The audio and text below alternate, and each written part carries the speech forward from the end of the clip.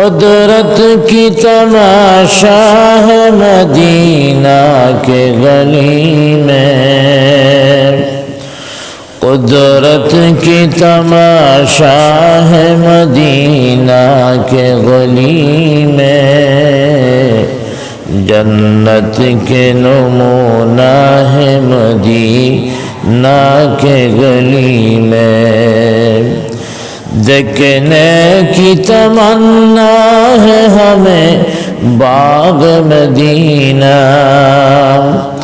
دیکھنے کی تمنا ہے ہمیں باغ مدینہ، ایک بار دکھا دے مجھے روضۂ مدینہ، بلغ العلا بکمالہ کشف الدجی بجمالہ، حسنت جمیع خصالہ، صلوا علیہ۔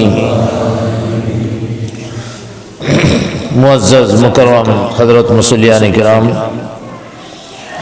প্রথমে আল্লাহ সুবহানাহু ওয়া তাআলার অসংখ্য অগণিত শুকর আদায় করি, যিনি আমাদেরকে অন্যান্য জুম্মার ন্যায় এ সপ্তাহেও যথাসময়ে জুম্মার নামাজ আদায়ের লক্ষ্যে আল্লাহর ঘর মসজিদে আসার তৌফিক দান করেছেন। সকলে একবার বলি আলহামদুলিল্লাহ।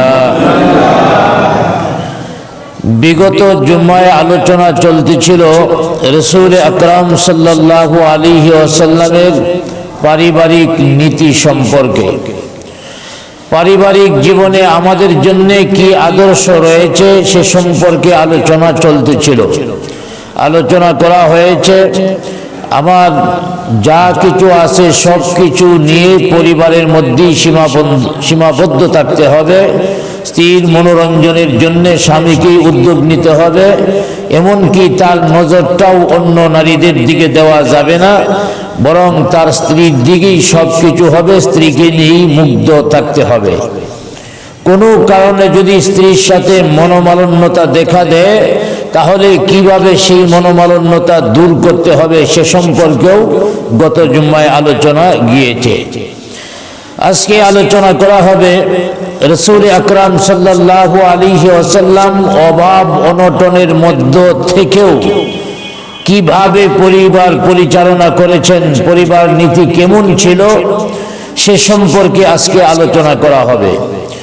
রাসূল আকরাম সাল্লাল্লাহু আলাইহি ওয়াসাল্লামের জীবনে অভাব অনটন এটা নিয়মিত বিষয় ছিল, কিন্তু অভাব অনটনের মধ্যে থেকেও কিভাবে তৃপ্ত থাকা যায়, সবাইকে নিয়ে শান্তিতে থাকা যায়, এই বাস্তবতা মানুষের সামনে পেশ করেছিলেন আমাদের নবী মুহাম্মদুর রাসূলুল্লাহ সাল্লাল্লাহু আলাইহি ওয়াসাল্লাম। আমাদের নবী কতটুকু অভাব অনটনের মধ্যে দিন কাটাতেন একটা হাদিস থেকে কিছুটা বোঝা যাবে। রাসূল আকরাম সাল্লাল্লাহু আলাইহি ওয়াসাল্লাম বলেন, একবার আমি 3 দিনের সফরে বের হলাম আর সঙ্গে ছিল হযরতে বেলাল রাদিয়াল্লাহু তাআলা আনহু। 3 দিনের সফর, তো 3 দিনের সফরের জন্য মোটামুটি খাবারের দরকার। রাসূল আকরাম সাল্লাল্লাহু আলাইহি ওয়াসাল্লাম বলেন, আল্লাহর হাবিব থেকে এই হাদিসটা তিরমিজি শরীফের মধ্যে আসছে, ওয়ালাকাদ আতাত আলাইয়া সালিসাতুন ওয়া মা লি ওয়া লিবিলালিন ইয়াকুলুহু যু কাবিদিন ইল্লা মা ওয়ারাইবতু বিলাল। আল্লাহর হাবিব সাল্লাল্লাহু আলাইহি ওয়াসাল্লাম বলেন, আমি 3 দিনের সফরে বের হলাম, সাথে ছিল বেলাল। ওয়ামা লি ওয়া লিবিলালিন ইয়াকুলুহু যু কাবিদিন, আমার সাথে কোনো খাবার ছিল না, যা বেলালের সাথে অল্প খাবার বগলের নিচে লুকানো ছিল। ইল্লা মা ওয়ারাইবতু বিলাল, এই বিলালের বগলের নিচে যে খাবারটা লুকায়িত ছিল এছাড়া আমাদের সাথে আর কোনো খাবার ছিল না। সফরটা হলো 3 দিনের, সামান্য খাবার, বগলের নিচে আর কতটুকু খাবার রাখা যায় তাও লুকায়া। আল্লাহর হাবিব বলেন, এত অল্প খাবার নিয়ে 3 দিনের সফরে বের হয়েছি। এই ছিল রাসূল আকরাম সাল্লাল্লাহু আলাইহি ওয়াসাল্লামের অভাব অনটনের সময়।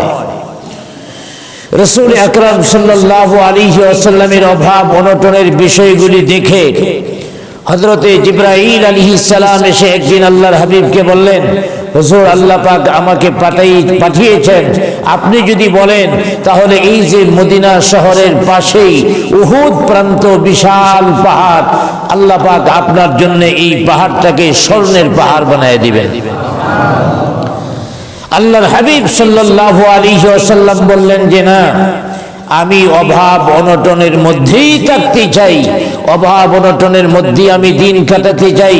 যখন আমি কিছু খাবার পাবো আল্লাহর শুকরিয়া আদায় করব, আর যখন না পাবো তখন আমি সবর ইখতিয়ার করব, ধৈর্য ধারণ করব।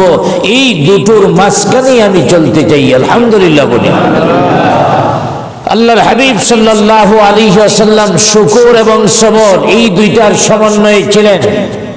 কিছু পাইলে আল্লাহর শুকর, না পাইলে সবর, এইভাবে দিন কাটাতেন।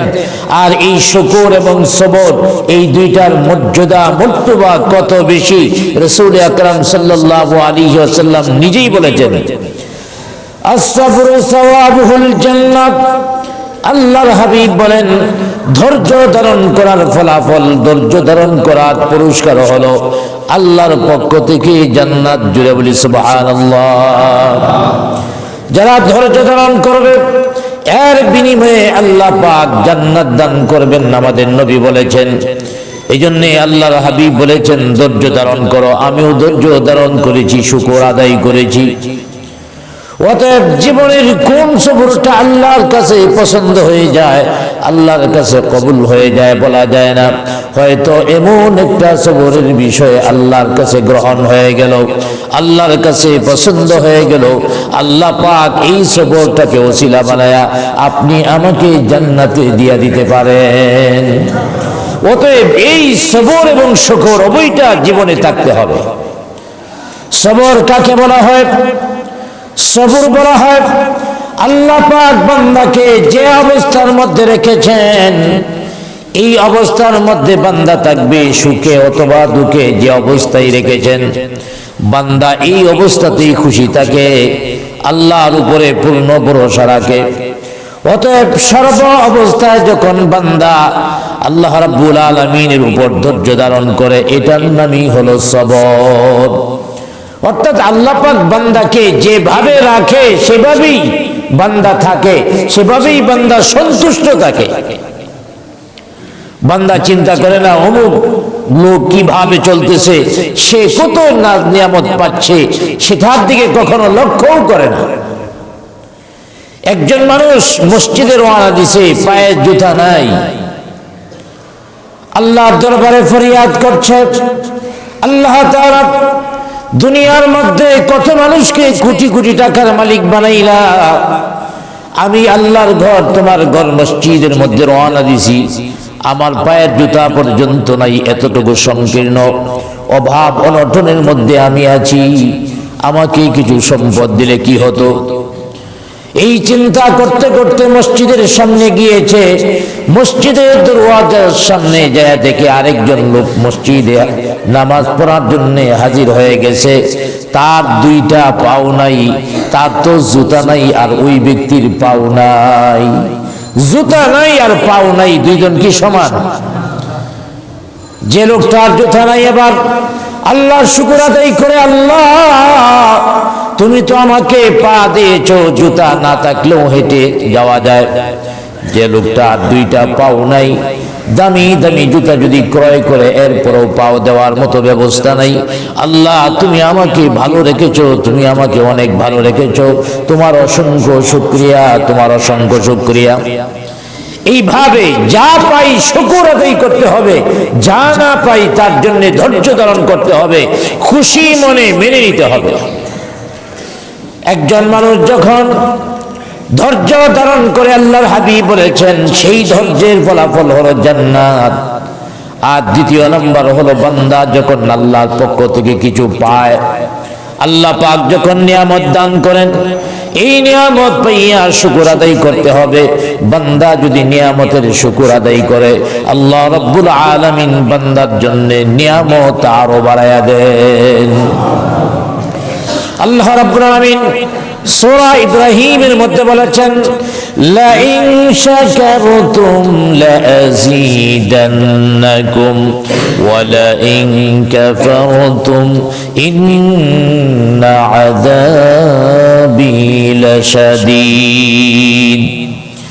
আল্লাহ পাক বলেন, লা ইন শাকারতুম, তোমরা যদি আমার শুকরিয়া আদায় করো, তোমরা যদি আমার নিয়ামতের কৃতজ্ঞতা জ্ঞাপন করো, লা আযীদান্নাকুম, তাহলে আমি তোমাদের নিয়ামত আরো বাড়ায়া দিব।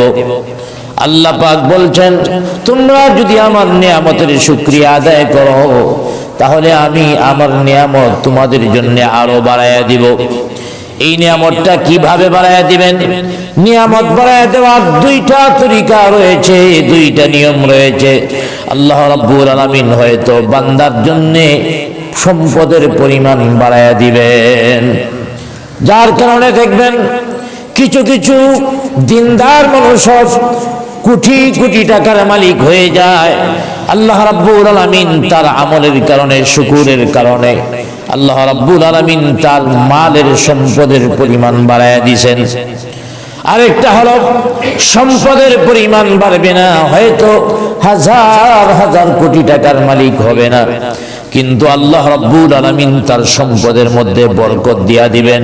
এই বরকতের কারণে লোকটার পারিবারিক জীবনে সব জায়গায় শান্তি পেয়ে যাবে। জুড়ে বলি আলহামদুলিল্লাহ। আর সম্পদের আসল উদ্দেশ্য কি? সম্পদের আসল উদ্দেশ্য হলো শান্তি পাওয়া। সম্পদের আসল উদ্দেশ্য হলো নিরাপত্তা গ্রহণ করা। সম্পদের আসল উদ্দেশ্য হলো প্রয়োজন পূর্ণ করা।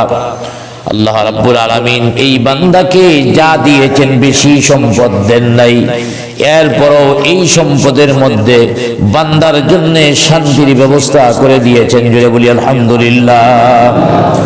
এমন অনেক রয়েছে কোটি কোটি টাকার মালিক, পারিবারিক জীবনে শান্তি নাই, আছে না নাই? পক্ষান্তরে খুব বেশি টাকার মালিক নয়, মোটামুটি 3 ভাত ডাল ভাত খেতে পারে, থাকতে পারে, থাকার জন্য ঘর আছে। অতএব এই লোকটার সাংসারিক জীবনে কোনো অশান্তি নাই। সাংসারিক জীবনে শান্তি আর শান্তি, এমন পরিবার আছে না নাই?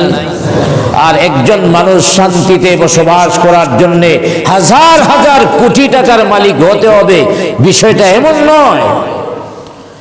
একজন মানুষ টাকা খাওয়ার জন্য কি পরিমাণ সম্পদের দরকার, এর জন্য হাজার হাজার কোটি টাকার মালিকের হওয়ার দরকার নেই।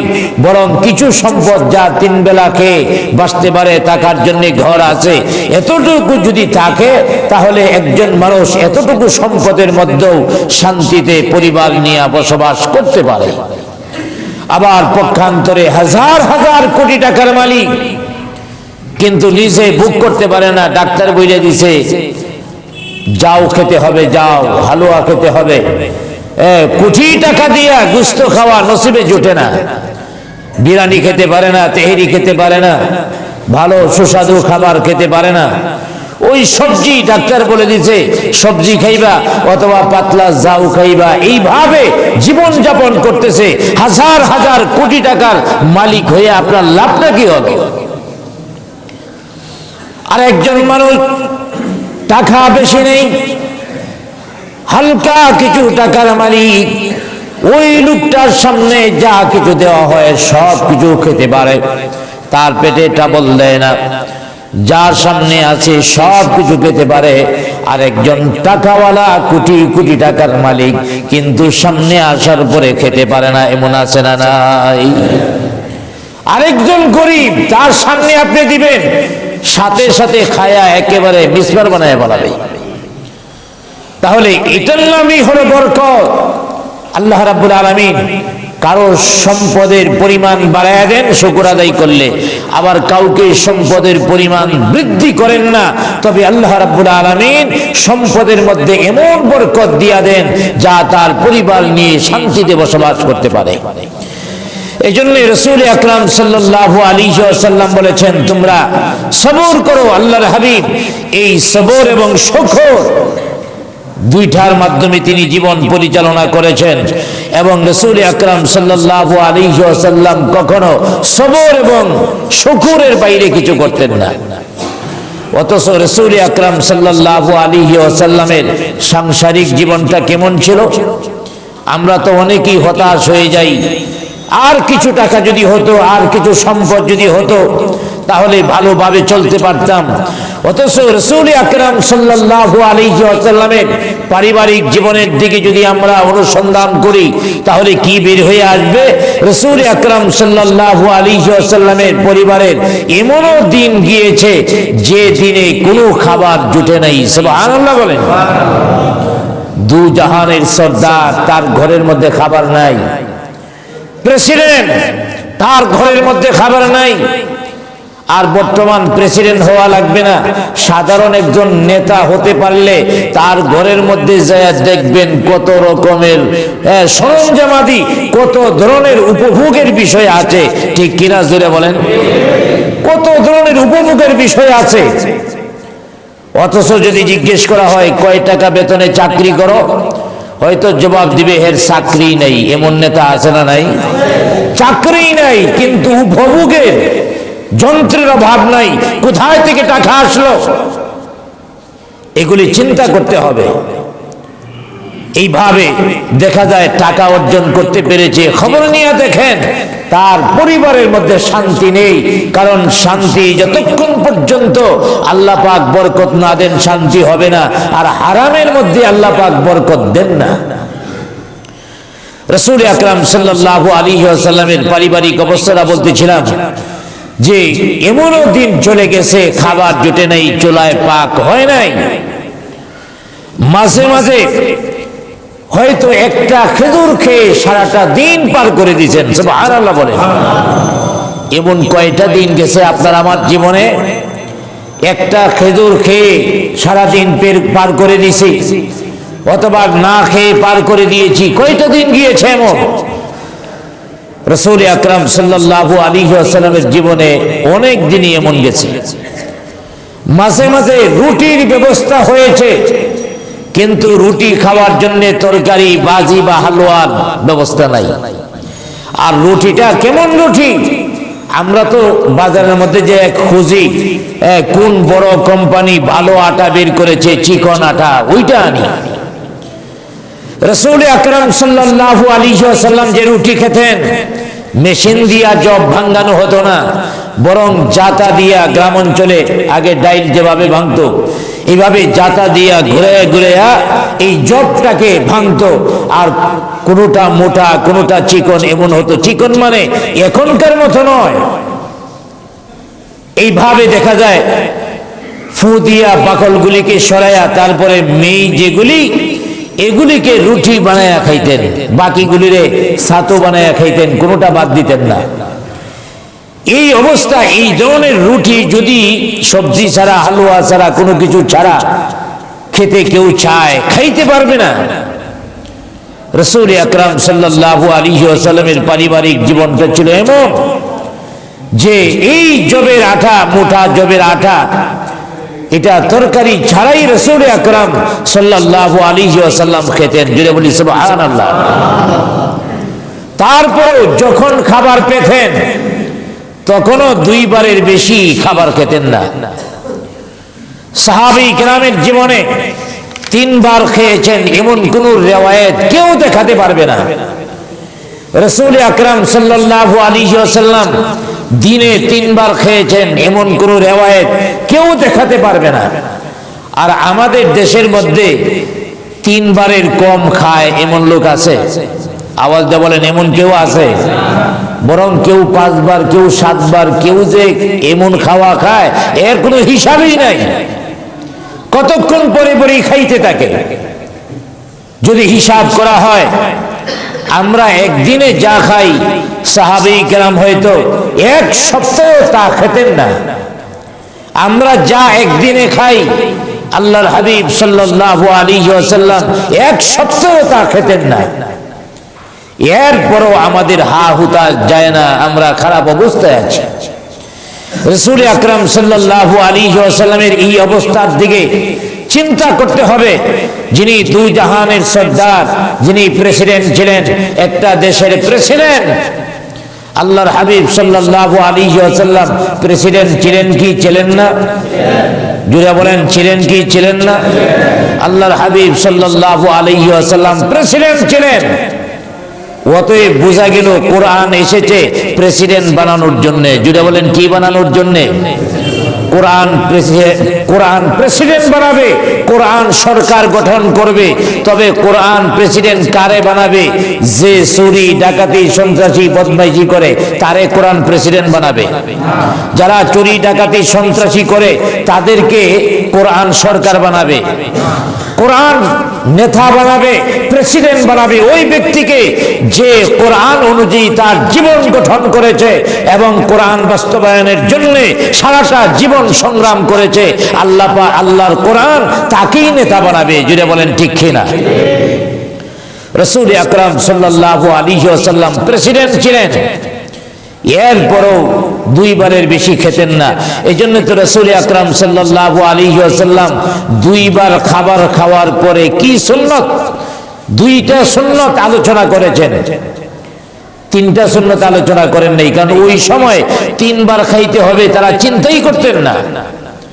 তাই আল্লাহর হাবিব সাল্লাল্লাহু আলাইহি ওয়াসাল্লাম দুইবার খাবারের সুন্নত আলোচনা করেছেন। আল্লাহর হাবিব বলেছেন, তোমরা যখন সকালবেলায় খাইবা, সকালবেলায় খাওয়ার পরে তোমরা সামান্য বিশ্রাম নিবা, বিছানার মধ্যে শুয়ে যাবা। সকালে খাবারের পরে সুন্নাত হলো আল্লাহর হাবিব সাল্লাল্লাহু আলাইহি ওয়াসাল্লাম কিছু সময় বিশ্রাম নিতেন। আল্লাহর হাবিব বলেছেন, সকালে খাবারের পরে তোমরাও কিছু সময় বিশ্রাম নিও, আর রাতের খাবারের পরে তোমরা কিছু সময় হাঁটাচলা করবে। এই দুইটা সুন্নত খাওয়ার বেলায় আল্লাহর হাবিব বলেছেন। তৃতীয়বার দুপুরে খাবারের কোনো সুন্নত নাই, কারণ দুপুরের বেলায় সাহাবায়ে কেরাম আল্লাহর নবী খেতেন না, দুইবার খেতেন। এই জন্য দুইবারের সুন্নত রাসূল আকরাম সাল্লাল্লাহু আলাইহি ওয়াসাল্লাম তিনি বর্ণনা করেছেন। অতএব আল্লাহর হাবিব সাল্লাল্লাহু আলাইহি ওয়াসাল্লাম এমন অভাব অনটনের ভিতর দিয়ে সংসার পরিচালনা করেছেন। রাসূল আকরাম সাল্লাল্লাহু আলাইহি ওয়াসাল্লামের সংসার পরিচালনার বিষয়টা ছিল এমন, কোনোদিন খাবার ছিল, কোনোদিন ছিল না, কোনোদিন একটা খেজুর খেয়ে সারাদিন পার, আবার কখনো জবের রুটি আছে, হালুয়া নাই, তরকারি নাই, আবার যদি পায় তাও দুইবারের বেশি নয়। রাসূল আকরাম সাল্লাল্লাহু আলাইহি ওয়াসাল্লামের সাহাবায়ে কেরামের জীবনে যখন একটু সামান্য সুখ এসেছিল, বিভিন্ন দেশ বিজয় হতে শুরু করলো, বিভিন্ন দেশ থেকে ট্যাক্স আসে, জিহাদ করে যখন বিভিন্ন দেশ দখল করে ওখান থেকে গনিমতের মাল আসে, এইভাবে সাহাবায়ে কেরাম কারো কারো সম্পদ হয়ে গেছে। সম্পদ হয়ে যাওয়ার পরে তাদের অবস্থাটা দেখেন। সাহাবায়ে কেরাম চোখের পানি ছেড়ে দিয়ে আক্রন্দন করা শুরু করলেন, আল্লাহ রাব্বুল আলামিন দুনিয়ার আমাদের আমলের কারণে আল্লাহ পাক দুনিয়াতেই সব নাজ নিয়ামত দিয়ে দিচ্ছেন নাকি? দুনিয়ার মধ্যে যদি কাফের বেঈমানদের মতো সব নাজ নিয়ামত আল্লাহ পাক আমাদেরকে দিয়া দেন, তাহলে পরকালে যাইয়া কিয়ামতে যাইয়া আমরা কি পাবো? অতএব আমরা কাফের হয়ে গেলাম নাকি, সাহাবায়ে কেরাম মুমিন কিনা এটাই সন্দেহ করত সামান্য মাল আসার কারণে। এই ছিল সাহাবায়ে কেরামের জিন্দেগি। আল্লাহর হাবিব সাল্লাল্লাহু আলাইহি ওয়াসাল্লামের জীবনীটা কেমন ছিল? আল্লাহর হাবিব সাল্লাল্লাহু আলাইহি ওয়াসাল্লাম একদিন একটা খেজুরের পাকানো দড়ির খাটের মধ্যে শুয়েছেন। খেজুরের যে ডাল আছে, ডাল দিয়া দড়ি বানানো যায়, এই দড়ি দিয়া খাট তৈরি করা হয়েছে। খেজুরের দড়ির খাটের মধ্যে শুয়ে আছেন হযরতে ওমর রাদিয়াল্লাহু তাআলা আনহু। আল্লাহর হাবিবের সাথে দেখা করার জন্য আসলেন। আল্লাহর হাবিব বিছানা থেকে উঠলেন, খেজুর পাতা দড়ির মধ্যে শুয়ে আছেন। এক একটা দড়ির দাগ আল্লাহর হাবিবের পিঠের মধ্যে লেগে আছে। সুবহানাল্লাহ বলেন। একটু চিন্তা করে দেখেন আমাদের জন্য বিছানাটা কত আরামের।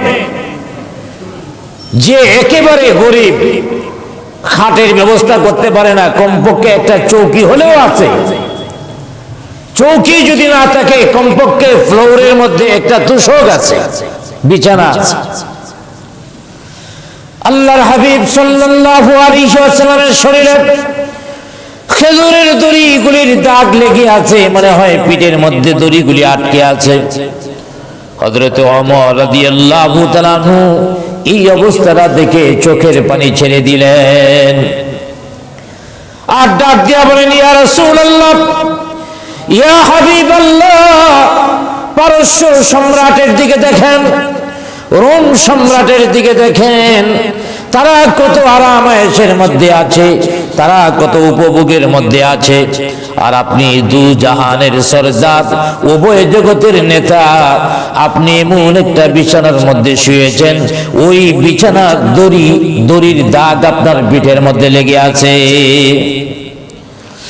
আল্লাহর হাবিব সাল্লাল্লাহু আলাইহি ওয়াসাল্লাম তখন হযরত ওমর রাদিয়াল্লাহু তাআলা নুকে ডেকে বলেছিলেন, হে ওমর, তুমি চিন্তা করো না, বিভ্রান্ত হয়ো না। উলাইকা কওমুন উজ্জিলাত, উলাইকা কওমুন উজ্জিলাত লাহুম তাইয়্যিবাতুহুম ফিল হায়াতিদ দুনিয়া। আল্লাহর হাবিব ডাক দিয়া বলেন, হে ওমর, আল্লাহ পাক কাফের বেঈমানদেরকে যা দেওয়ার দুনিয়ার মধ্যেই দিয়া দিচ্ছেন। জুড়ে বলি সুবহানাল্লাহ। তারাও তো কিছু ভালো কাজ করে, কাফের বেঈমানেরা যত ভালো কাজ করবে সব ভালো কাজের প্রতিদান আল্লাহ রাব্বুল আলামিন দুনিয়ার মধ্যে দিয়া দিবেন। এই জন্য দুনিয়ার জীবনে তাদের সুখ শান্তি বেশি, অতএব ওই দুনিয়ার জীবন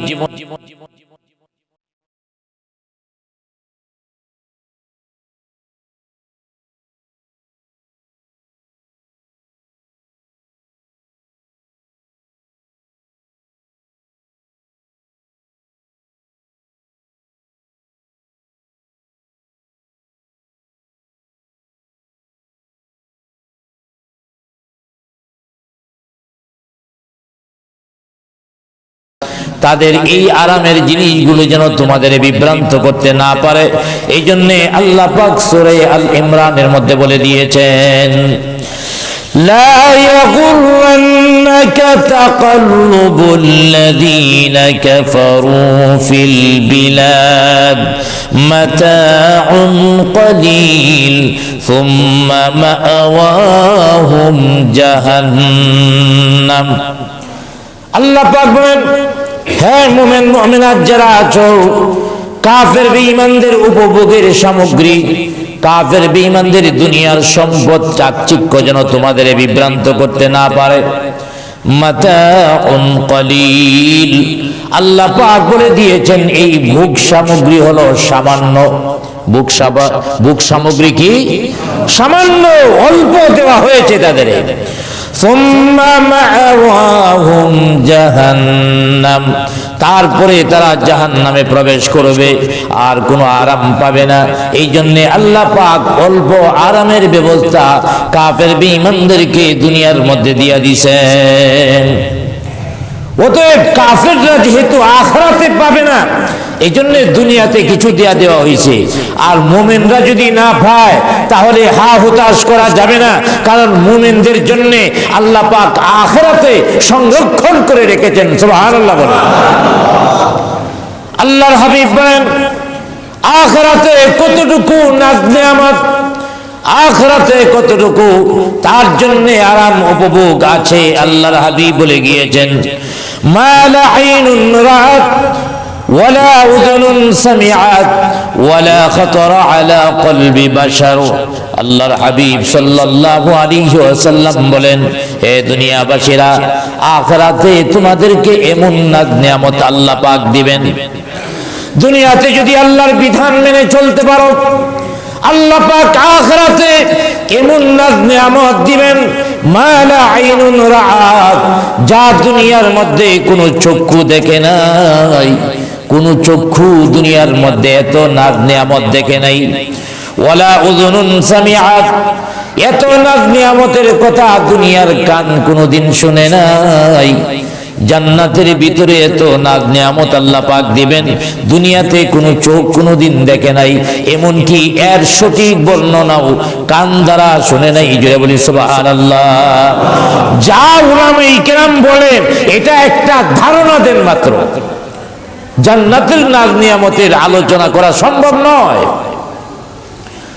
ওয়ালা খাতরা আলা কলবি বাশার, আল্লাহর হাবিব বলেছেন এমনকি জান্নাতের মধ্যে এত নিয়ামত দান করা হবে যা দুনিয়ার কোনো মন কোনোদিন কল্পনাও করতে পারে নাই, অন্তর কল্পনাও করতে পারে নাই। কল্পনা তো মানুষ কত কিছু করে, কল্পনায় একেবারে দেশের শ্রেষ্ঠ সুন্দরী মেয়েকে কল্পনায় বিয়া করিয়া ফেলায়, আমেরিকায় বাড়ি করিয়া ফেলায়, সব কিছু কল্পনার জগতে সম্ভব, কিন্তু বাস্তবে কঠিন। আল্লাহর হাবিব বলতেছেন কল্পনাও করতে পারে নাই এত নাজ নিয়ামত আল্লাহ পাক জান্নাতের ভিতরে রেখেছেন। জুড়ে বলি সুবহানাল্লাহ। অতএব এই জন্য মোমেনদেরকে আল্লাহ পাক দুনিয়াতে সম্পদ কম দেন। তবে হ্যাঁ, আলহামদুলিল্লাহ কিছু কিছু মোমেনের সম্পদ থাকতেও পারে, আল্লাহ পাক সম্পদ কিছু কিছু মোমেনদের দেন। কেন দেন?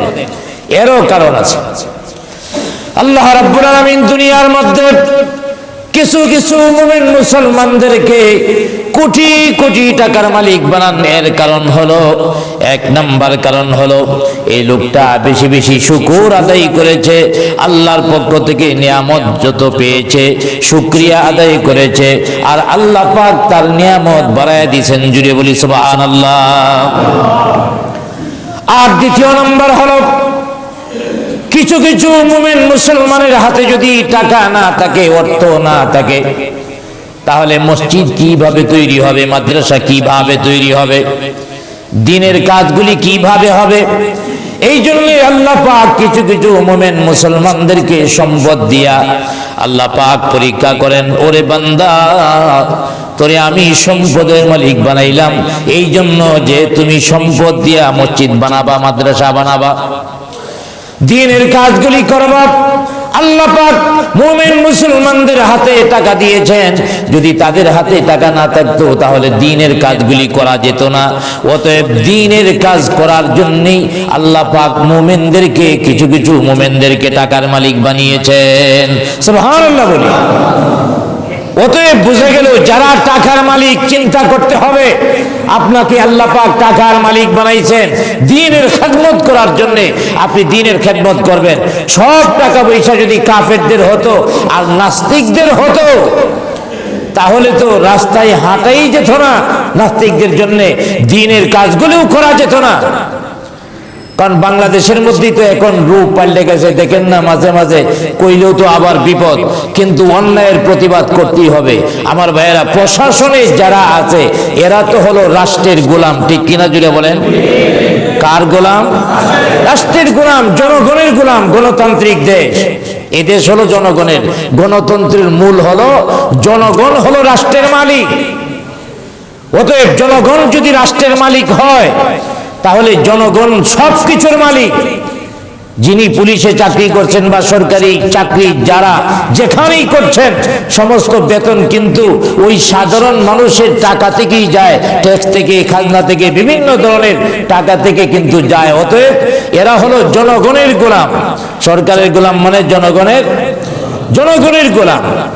আজকে এরা বক্তব্য দেয় কি? এরা কি রাজনৈতিক নেতা? পুলিশরা তো কখনো রাজনৈতিক নেতৃত্ব দিতে পারে না, কথাও বলতে পারে না। তাহলে উনি কি করে বলেন যারা বাংলাদেশের মধ্যে ইসলামপন্থী আছে এরা যদি ঠিক হয়ে না চলে তাহলে তাদের হাত পা ভেঙে দিবে, অথবা ঘরের মধ্যে চুপ হয়ে বসে থাকতে হবে, অথবা পাকিস্তান পাঠায় দিতে হবে। ওই ইন্ডিয়ার রাজাকার, তুই কে আমাদেরকে পাকিস্তানে পাঠানো? আমরা কি পাকিস্তানের মানুষ না বাংলাদেশের মানুষ? আওয়াজ দিয়ে বলেন, আমরা কি বাংলাদেশি না পাকিস্তানের মানুষ? আমরা এই দেশের মধ্যে ঘর জামাই আইছি মুসলমানেরা। তোমার যদি শখ হয় তুমি ইন্ডিয়া চলে যাও। এদেশের মধ্যে আমরা স্বাধীনতা যুদ্ধ করে, আমার পিতাও একজন মুক্তিযোদ্ধা, এদেশের মুক্তিযোদ্ধারা যুদ্ধ করে পাকিস্তানি হানাদারদেরকে হারিয়ে তারপরে বাংলাদেশের স্বাধীনতা অর্জন করেছে, রাজাকারদেরকে পরাজিত করে। প্রয়োজন যদি হয় আবার মুক্তিযুদ্ধ হবে এবং সেই মুক্তিযুদ্ধে ভারতীয় রাজাকারদেরকেও পরাজিত করা হবে। পাকিস্তানি রাজাকারদেরও এই দেশের মধ্যে যেমন ঠাঁই নাই, ইন্ডিয়ার রাজাকারদেরও এই দেশের মধ্যে ঠাঁই নাই। তুমি করো আমাদের গোলামি আর আমাদের হুমকি দাও, হাত ভেঙে দিবা। প্রশাসনের একজন লোক, অবাক হতে হয় আমাদের, প্রশাসনের একজন লোক, একজন বড় পুলিশ অফিসার হইয়া কি করে হুমকি দিয়ে হাত ভেঙে দিবে? এটা তো তোমার কথা না, তোমার কথা তো এমন হতে পারে না, এটা রাজনৈতিক কথা। তোমার যদি এত শখ হয় রাজনৈতিক বক্তৃতা দেওয়ার, তাহলে পুলিশের চাকরি ছেড়ে দিয়া রাজনীতিতে ঢুকো, যে কোনো একটা দলের মধ্যে ঢুইকা তারপরে রাজনৈতিক বক্তব্য দাও। আমাদের টাকায় গুলামি করে আমাদেরকে শাসন করবা, এই সুযোগ তোমার দেওয়া হবে না। এটার প্রত্যেকটার বিচার একদিন না একদিন হবে ইনশাআল্লাহ, মনে রেখে। সব বিচারই একদিন হবে। কোথায় সাহস তারা পেল এই ধরনের বক্তৃতা দেওয়ার? মুসলমানদের বিরুদ্ধে কথা বলো, মুসলমানদের হাত ভেঙে দিবা। এই দেশ মুসলমানদের দেশ।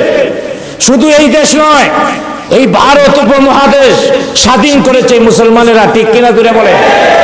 আজ ইন্ডিয়ায় যদি বাটি চালান দেওয়া হয়, ইন্ডিয়ায় যদি বাটি চালান দেওয়া হয় ইংরেজদের হাত থেকে ভারতবর্ষকে রক্ষা করার জন্যে, যে প্রাণ দিয়েছে এমন হিন্দু লোক পাওয়া যাবে না। মুসলমানরাই প্রাণ দিয়া এই ভারতের স্বাধীনতা অর্জন করেছে, শুধু বাংলাদেশ নয়। তাহলে তোমরা বাংলাদেশি মুসলমানদেরকে তাড়াইয়া দিবা, এতই সহজ। আল্লাহ পাক এদেরকে হেদায়েত নসিব করুক, সকলে বলি আমিন। হেদায়েত যদি কপালে না থাকে তাহলে নাস্তিক মুরতাদদেরকে আল্লাহ পাক ইতিপূর্বে যেভাবে ধ্বংস করেছেন সেভাবে ধ্বংস করে দেখ, সকলে বলি আমিন। আমি বলতেছিলাম যে এই কাফের বিঈমান যারা আছে তারা কোথায় যাবে? শেষ পর্যন্ত জাহান্নামে যাবে। আওয়াজ যা বলেন, কাফের বিঈমানেরা কোথায় যাবে? জাহান্নামে যাবে। যার কারণে কাফেরদের দুনিয়ার মধ্যে টাকা পয়সা বেশি দিছে, মুমিনদের মধ্যেও কিছু লোকরে দিছে। কেন? ওই নাস্তিক পুলিশ অফিসারের মতো নাস্তিক মুরতাদ সবাই যদি টাকাওয়ালা হয়ে যায় আর মুসলমানরা যদি টাকাওয়ালা না হয়, তাহলে মসজিদ হবে কিভাবে, মাদ্রাসা হবে কিভাবে, দ্বীনি খেদমতগুলি কিভাবে আঞ্জাম দেওয়া হবে? এই জন্য আল্লাহর কিছু বান্দাকে আল্লাহ পাক আদর করে মহব্বত করে টাকা পয়সার মালিক বানাইছেন, যেন দ্বীনের খেদমত করতে পারে। জুড়ে বলি আলহামদুলিল্লাহ। এই দ্বীনি খেদমতের জন্যই কিছু লোককে টাকা পয়সা দিয়েছেন। রাসূল আকরাম সাল্লাল্লাহু আলাইহি ওয়াসাল্লামের কথা বলতেছিলাম যে অভাব অনটনের ভিতর থেকেও দিন অতিবাহিত করেছেন, সংসার চালিয়েছেন, সংসারের মধ্যে কোনো অশান্তি ছিল না। এমনকি সংসারে কি খরচ করতে হবে, খরচ করার নীতিটা কি হবে, তাও আমাদের নবী মুহাম্মদুর রাসূলুল্লাহ সাল্লাল্লাহু আলাইহি ওয়াসাল্লাম বলে দিয়েছেন। لينفق ذو سعة من سعته ومن قدر عليه رزقه فلينفق مما آتاه الله। আল্লাহ পাক বলেন, তোমাদের সামর্থ্য অনুযায়ী তোমরা খরচ করো, সামর্থ্য অনুযায়ী তোমরা দান করো। যার টাকা পয়সা বেশি আছে তোমরা বেশি দান খয়রাত করবা, যার টাকা পয়সা কম আছে কম দান খয়রাত করবা।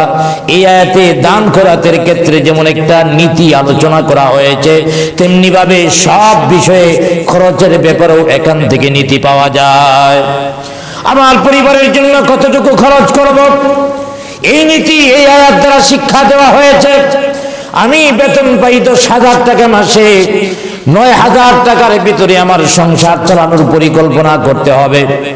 কিন্তু আমি যদি 10,000 টাকা বেতন পায়া 12,000 টাকায় সংসার চালাতে চাই, তাহলে এই সংসারের মধ্যে অশান্তি আসার সম্ভাবনা আছে না নাই? কারণ 2,000 টাকা ঋণ করতে হবে, ঋণ করলেই তো অশান্তি এসে যাবে। এজন্য আল্লাহর হাবিব বলে দিয়েছেন, তোমরা তোমাদের জীবনকে একটা নীতিতে চালাতে হবে। আর অভাব অনটনের ব্যাপারে আল্লাহর হাবিব সাল্লাল্লাহু আলাইহি ওয়াসাল্লাম বলেছেন যে আমি নিজে আল্লাহর হাবিব হয়েও আমি নিজে মিসকিন জীবন যাপন করতে চাই, গরিবী জীবন যাপন করতে চাই, গরিবী অবস্থায় মরতে চাই, এমনকি কিয়ামতের ময়দানে গরিবদের সাথে আমি উঠতে চাই। জুড়ে বলি সুবহানাল্লাহ। আল্লাহর হাবিব বলেন আল্লাহুম্মা আহইনি মিসকিনা। আল্লাহর হাবিব আল্লাহর কাছে দোয়া করেছেন আল্লাহুম্মা আহইনি মিসকিনা, হে আল্লাহ আমাকে মিসকিন অবস্থায় রাখো, দরিদ্র অবস্থায় রাখো। ওয়া আমিতনি মিসকিনা, আমাকে দরিদ্র অবস্থায় মৃত্যু দাও। ওয়াহশুরনি ফি জুমরাতিল মাসাকিন, এবং আমাকে দরিদ্র অবস্থায় কিয়ামতের ময়দানে উঠায়ও দরিদ্রদের সাথে। জুড়ে বলি সুবহানাল্লাহ। কিয়ামতের ময়দানেও দরিদ্রদের সাথে উঠায়ও। কেন আল্লাহর হাবিব এটা কামনা করতেন? এই জন্য করতেন, আল্লাহর হাবিব বলেছেন ইয়াদখুলুল ফুকারাউল জান্নাহ ক্বাবলাল আগনিয়াই বি500 আমিন। আল্লাহর হাবিব সাল্লাল্লাহু আলাইহি ওয়াসাল্লাম এই জন্যে গরিবদের সাথে হাসর নাসর চেয়েছে যে ধনীদের চেয়ে গরিবেরা 500 বছর আগে জান্নাতে যাবে। কার কথা? আমাদের নবীর কথা। জুড়ে বলেন কথাটা কার?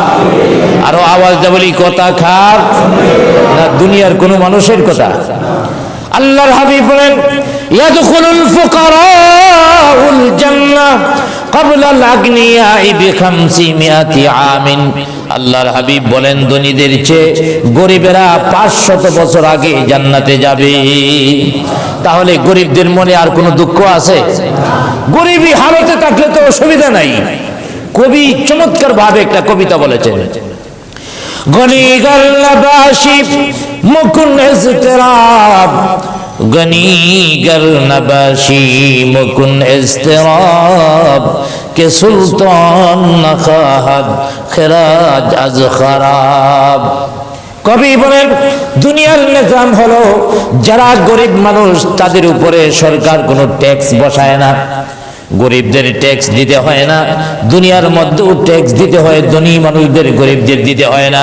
এখানে সরকারও গরিবদের সাথ দেয়। আর আল্লাহ পাক কতটুকু সাথ দিয়েছেন? ধনীদের চেয়ে 500 বছর আগে জান্নাতে যাবে। আর 500 বছর কোন হিসাবে? আমার ভাইরা দুনিয়ার হিসাবে নয়, দুনিয়ার হিসাবে নয়, দুনিয়ার হিসাব মতো 1000 বছরে কিয়ামতের একদিন। জুড়ে বলি সুবহানাল্লাহ। দুনিয়ার মধ্যে 1000 বছর আর কিয়ামতের একদিন সমান সমান। কার কথা? দুনিয়ার মানুষের কথা? আওয়াজ দিয়ে বলেন মানুষের কথা। নাস্তিকগুলি এই কথা শুনে কইব মৌলবীরা আর কথা বলতে জায়গা পায় না, মানে মানে কত কথা বলে। না, এটা আলেম ওলামাদের কথা নয়, এটা হলো আল্লাহর নিজের কথা। সুবহানাল্লাহ বলেন। আল্লাহ পাক বলেন ওয়া ইন্না ইয়াওমান ইনদা রাব্বিকা কাআলফি সানাতিন মিম্মা তাউদ্দুন। আল্লাহ পাক বলেন তোমাদের গণনা অনুসারে দুনিয়ার 1000 বছরের সমান হবে আখিরাতের একদিন। জুড়ে বলি সুবহানাল্লাহ। কথাটা কার? আল্লাহর কথা। আল্লাহ পাক বলেছেন অতএব গরিব হলেও কোনো অসুবিধা নাই। আমার ভাইরা গরিবী থাকতে সংসারে কিভাবে চালাবেন? আল্লাহর হাবিব কিভাবে চালাতো? আল্লাহর হাবিব স্ত্রীদের ডাইকে আইনা 1 মাসের খাবার অথবা 2 মাসের খরচ একসাথে দিয়া দিতেন, আর বলতেন 1 মাসের খরচ দিলাম, এই দিয়া 1 মাস চালাইবা অথবা 2 মাস চালাইবা, একসাথে দিয়া দিতেন। এর অতিরিক্ত কিছু দেওয়া হবে না।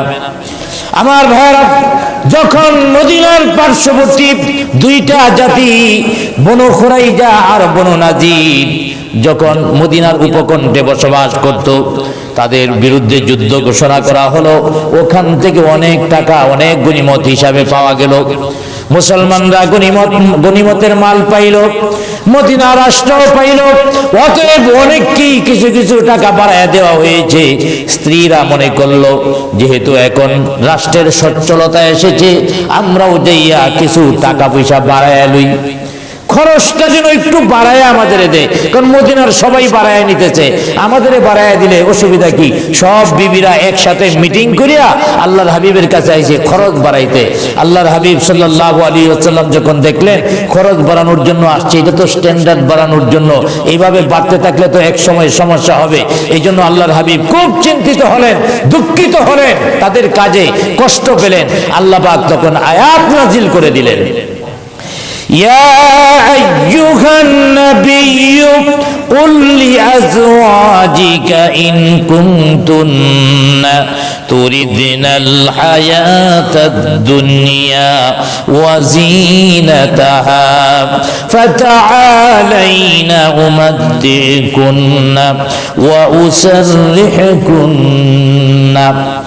এই আয়াত যখন নাজিল হলো, আল্লাহর হাবিব সব স্ত্রীদেরকে একসাথে দেখায় আল্লাহর হাবিব এই আয়াত পড়ে শোনায়া দিলেন, ইয়া আইয়ুহান নাবিয়্যু, হে নবী পত্নীগণ, কুল লিআজওয়াজিকা ইন কুনতা তুরিদনাল হায়াতাদ দুনিয়া, ইয়া আইয়ুহান নবী, হে নবী, কুল লিআজওয়াজিকা, আপনি আপনার স্ত্রীদেরকে ডেকে বলেন, ইন কুনতুন্না তুরিদনাল হায়াতাদ দুনিয়া, তোমরা যদি পার্থিব জীবনে সচ্ছলতা চাও, নাজ নিয়ামত চাও, ওয়া যিনাতাহা, ভোগের সামগ্রী চাও, ফাতাআলাইনা, তাহলে আসো তোমাদের দিব, উমাত্তিকুন্না উসাররিহুকুন্না, উমাত্তিকুন্না, তোমাদেরকে আমি ভোগের ব্যবস্থা করে দিব।